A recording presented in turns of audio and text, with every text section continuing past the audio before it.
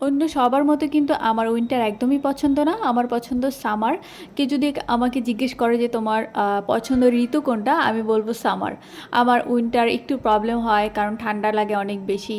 আর কেন জানি না আমার উইন্টার আমার একদমই টানে না। তবে উইন্টারের যে ভেজিটেবলসগুলি পাওয়া যায় সেগুলি কিন্তু খেতে অনেক বেশি মজা লাগে। উইন্টার তো অলরেডি আসতে শুরু করেছে। তো আমার বাসাতে উইন্টারের যে ভেজিটেবলস সেগুলি প্রায় আরও 10 থেকে 15 দিন আগে থেকেই আসা শুরু করেছে। আমি মাঝে মাঝেই ট্রাই করি এই সবজিগুলি রান্না করার জন্য। তো আজকে হঠাৎ করেই ভাবলাম যে ইলিশ মাছ দিয়ে সিম দিয়ে আলু দিয়ে যে একটা রান্না হয় সেটা রান্না করি, কারণ এটা কিন্তু খাওয়া হয়নি এখন পর্যন্ত।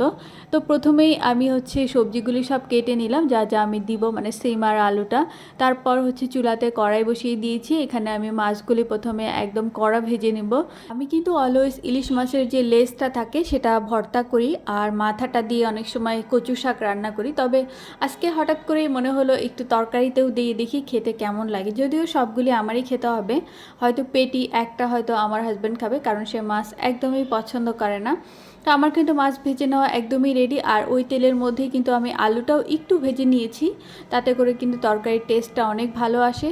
আর আমি হচ্ছে পেঁয়াজ আর কাঁচামরিচটাকে একটু ব্লেন্ডার করে নিয়েছি। তাহলে হচ্ছে তরকারিটা একটু মাখা মাখা হবে আর খেতেও অনেক বেশি মজা লাগবে। আর তারপর ওটা আমি তেলের মধ্যে দিয়ে একটু কষিয়ে নিচ্ছি, কারণ এর যে কাঁচা ফ্লেভার থাকে সেটা কিন্তু কষানোর ফলে আর থাকবে না।